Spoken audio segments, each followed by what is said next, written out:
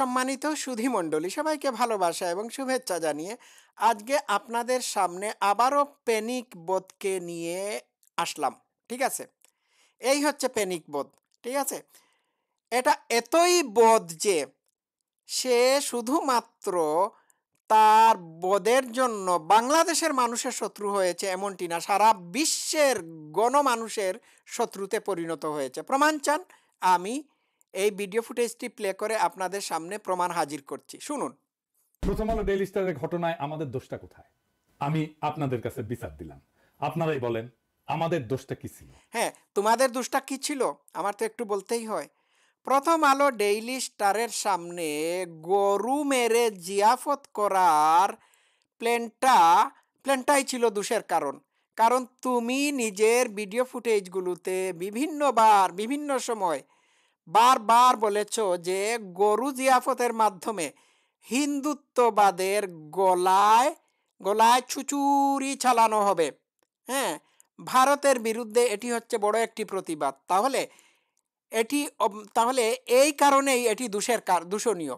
কারণ এটির মাধ্যমে সাম্প্রদায়িকতাকে উস্কে দেওয়া হয়েছে। ঠিক আছে? তো এই কাজটির মাস্টার মাইন্ড ছিলে তুমি। আর একটু শোনা যাক। এবার বুঝছেন তো, দাড়ি টুপি পরা মাদ্রাসা ছাত্ররা ছিল, এটাই তাদের দোষ। দাড়ি টুপি মাদ্রাসার ছাত্ররা ছিল, এটা দোষ না। দাড়ি টুপি মাদ্রাসার ছাত্ররা এই জিয়াফতের আয়োজন করেছিল তোমার প্রেসক্রিপশন অনুযায়ী, যার কারণে এটি এটি মারাত্মক অপরাধ বলে আমাদের কাছে পরিগণিত হয়েছে। ঠিক আছে? জিয়াফত খাওয়া অসুবিধা নাই, জিয়াফত করে মানুষকে খাবার খাওয়াও, কোনো প্রবলেম নাই। কিন্তু এই জিয়াফতের উদ্দেশ্য যদি থাকে একটা বিশেষ ধর্মাবলম্বী অথবা একটা বিশেষ দেশের অনুভূতিতে আঘাত করার উদ্দেশ্য, হ্যাঁ, বা আঘাত করার প্ল্যান, তাহলে এটি অবশ্যই দূষণীয়। এটি শুধুমাত্র দূষণীয় না, এটি মহা অপরাধ। আচ্ছা, শোনা যাক। প্রথম আলো ডেইলি স্টার নাকি লিবারাল পত্রিকা। আমি একটা জিনিস বইলে রাখি, শুনে রাখেন। বাংলাদেশের জনগণের শত্রু এই কয়েকটা শব্দ: ধর্মনিরপেক্ষতা, অসাম্প্রদায়িকতা, সেকুলারিজম, লিবারালিজম। আচ্ছা, সে বলেছে বাংলাদেশের জনগণের শত্রু হচ্ছে কয়েকটা শব্দ: ধর্মনিরপেক্ষতা, উদারনৈতিকতা, তারপর গণতন্ত্র, লিবারালিজম, এই এই এই জাতীয় শব্দ। ঠিক আছে? তো এই ধর্মনিরপেক্ষতা, লিবারালিজম, উদারনৈতিকতা, বাংলায় উদারনৈতিকতা, গণতন্ত্র, পরমত সহিংসতা, এইগুলো তো তুমি যে দেশে আশ্রয় নিয়েছ সেই দেশে প্র্যাকটিস করা হয়ে থাকে।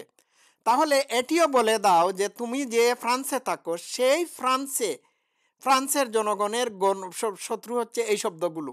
এটি কি ফ্রেঞ্চ ল্যাঙ্গুয়েজে ফ্রান্সের কোনো পুলিশ বা কোনো এমপি কিংবা রাজনৈতিক দলের নেতার সামনে তুমি বলার সাহস রাখো? বলে দেখো, তোমাকে তারা ফ্রান্স থেকে কিক আউট করবে। ঠিক আছে? কত বড় মানবতার শত্রু, চিন্তা করে দেখেন। আরে বাবা, তুমি যে ফ্রান্সে থাকো সেই ফ্রান্সকে বলা হয় লিবারেলিজমের পীঠভূমি। ঠিক আছে? এই ফ্রান্সে লিবারেলিজমকে প্রমোট করা হয়ে থাকে। আর এই ফ্রান্সে থেকে তুমি লিবারেলিজমের বিরুদ্ধে বা উদারনৈতিকতা বা ধর্মনিরপেক্ষতার বিরুদ্ধে তুমি কথা বলছো। How dare you!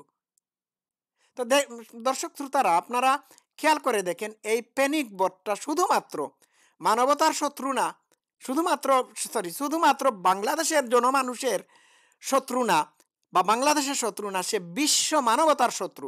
আজকের এবং সভ্য সমাজের জন্য সে হচ্ছে একটি কলঙ্ক। এই লিবারেলিজম বা উদারনৈতিকতা, গণতন্ত্র, ধর্মনিরপেক্ষতা, এই জাতীয় শব্দগুলো ওয়েস্টার্ন দেশগুলোতে বা পৃথিবীর সভ্য দেশগুলোতে খুবই জনপ্রিয়, এবং এই সভ্য দেশগুলোতে এইগুলো প্র্যাকটিস করা হয়ে থাকে। তো যে জিনিসগুলো সভ্য দেশগুলোতে প্র্যাকটিস করা হয়ে থাকে, এইগুলোর বিরুদ্ধে যারা যে কথা বলতে পারে, তার মতো অসভ্য জঙ্গি পৃথিবীতে দ্বিতীয়টা আছে কি? তো প্যানিক বোধ, আমি তোমাকে বলতে চাচ্ছি এইগুলোর অল্টারনেটিভ কি? এই উদারনৈতিকতা, ধর্মনিরপেক্ষতা, গণতন্ত্র, হ্যাঁ, এইগুলোর অল্টারনেটিভ তুমি বাংলাদেশের মানুষকে কি দিতে পেরেছো? হ্যাঁ, এইগুলোর অল্টারনেটিভ হচ্ছে জঙ্গিবাদ, ঠিক না? এই জঙ্গিবাদকেই তো তুমি প্রমোট করেছো, নয় কি? আচ্ছা, শোনা যাক, আর একটু শুনি, লেটস প্লে। নৈতিকতা, প্রগতিশীলতা, এই শব্দগুলো উচ্চারণ কইরা লক্ষ লক্ষ মানুষ হত্যার জনসম্মতি তৈরি করা হয়েছে এবং মিডল ইস্টে, ইন্ডিয়ায়, বাংলাদেশে গণহত্যা চালানো হয়েছে। যে নিজেকে ধর্মনিরপেক্ষ বলবে, লিবারাল বলবে, সেকুলার বলবে, অসাম্প্রদায়িক বলবে, প্রগতিশীল বলবে, সেই গণশত্রু। আচ্ছা, সে বলেছে যে নিজেকে ধর্মনিরপেক্ষ, লিবারেল, প্রগতিশীল, গণতান্ত্রিক বলবে, সেই হচ্ছে গণশত্রু। তো যে এইগুলোর বিরুদ্ধে কথা বলবে, সে হচ্ছে বিশ্ব সভ্যতা এবং মানবতার শত্রু, এবং মানবতার শত্রু। তো এই কথাটি, এইগুলোর বিরুদ্ধে কে এখন কথা বলল? এই প্যানিক বোধ বলল। তাহলে এই প্যানিক বোধের ফ্রান্সে থাকারও কোনো অধিকার নাই, কারণ ফ্রান্সের মতো সভ্য দেশে এইগুলো প্র্যাকটিস করা হয়ে থাকে। চিন্তা করে দেখেছেন? তো প্যানিক বোধ, আমি আবারও বলি, এগুলোর অল্টারনেটিভ কি? আজকের সভ্য সমাজে বা সভ্য দেশগুলোতে এইগুলোর অল্টারনেটিভ কেউ বের করে দেখাতে পারে নাই।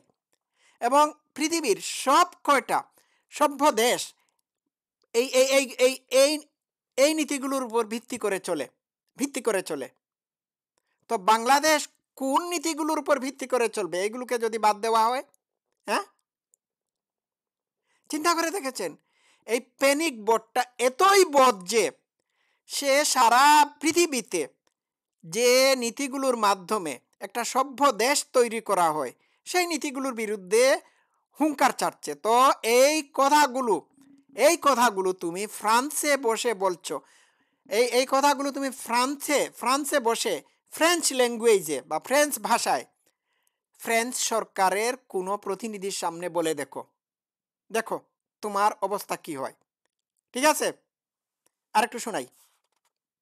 মাদ্রাসা পাস ছেলেরা ছিল জন্য খুব চুলকাইছে, একজন মাদ্রাসা পাস ছাত্ররে বাংলাদেশের রাষ্ট্রপতি বানাবো, যা পারলে টাকা। প্রথম আলো ডেইলি স্টারে ধরছি, ওই দুইটারে পারলে তো বাপ মোদিরে ডাক বাঁচানির লাইগা। বাগে ছিলে 18 ঘা, ঠোলাই ছিলে 36 খা, আর পিনাকি ছিলে জয় বাংলা। আচ্ছা, শুনতে পেরেছেন? আচ্ছা, লাস্ট লাস্ট কথা দিয়ে শুরু করি। সে বলছে পিনাকি ছুইলে জয় বাংলা।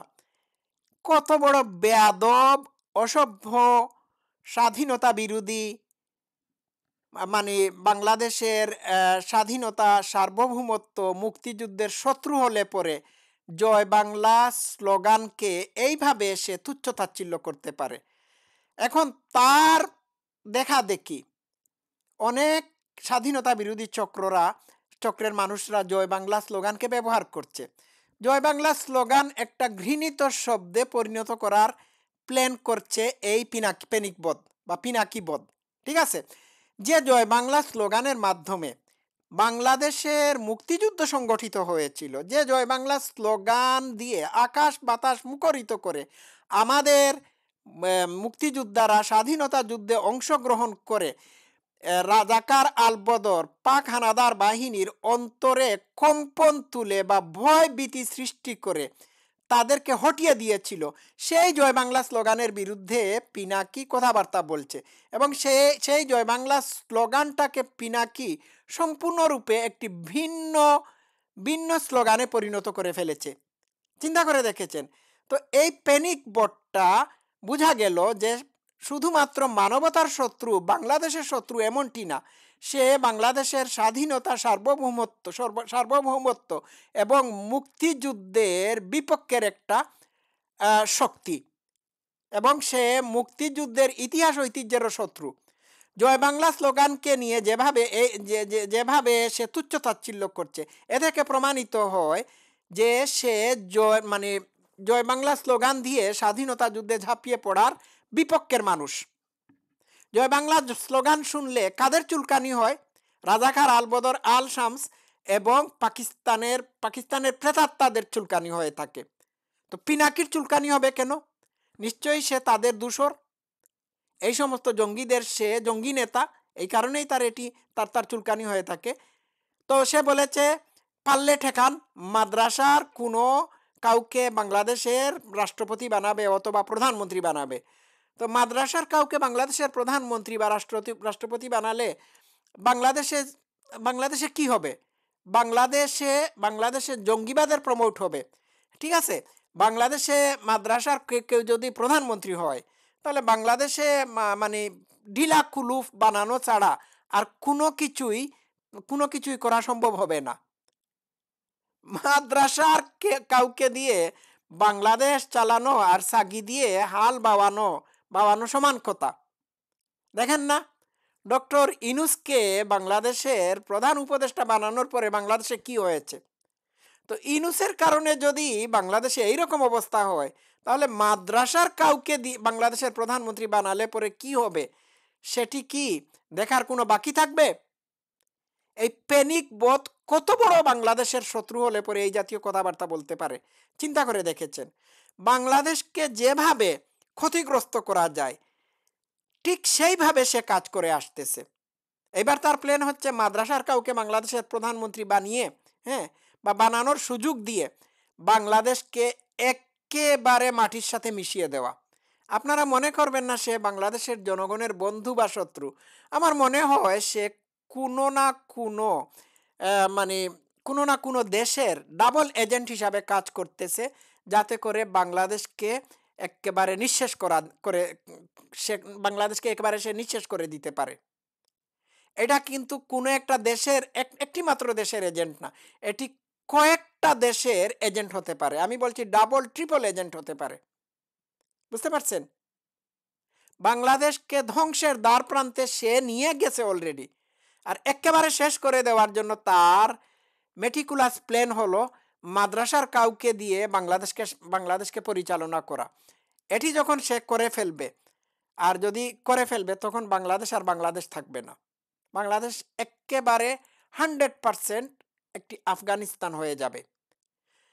তো আমি প্যানিক বোধকে আপনাদের সামনে আজকে এক্সপোজ করলাম। এটির ব্যাপারে আপনারা সতর্ক থাকবেন। সবাই ভালো থাকবেন। Love you all. Thank you so much.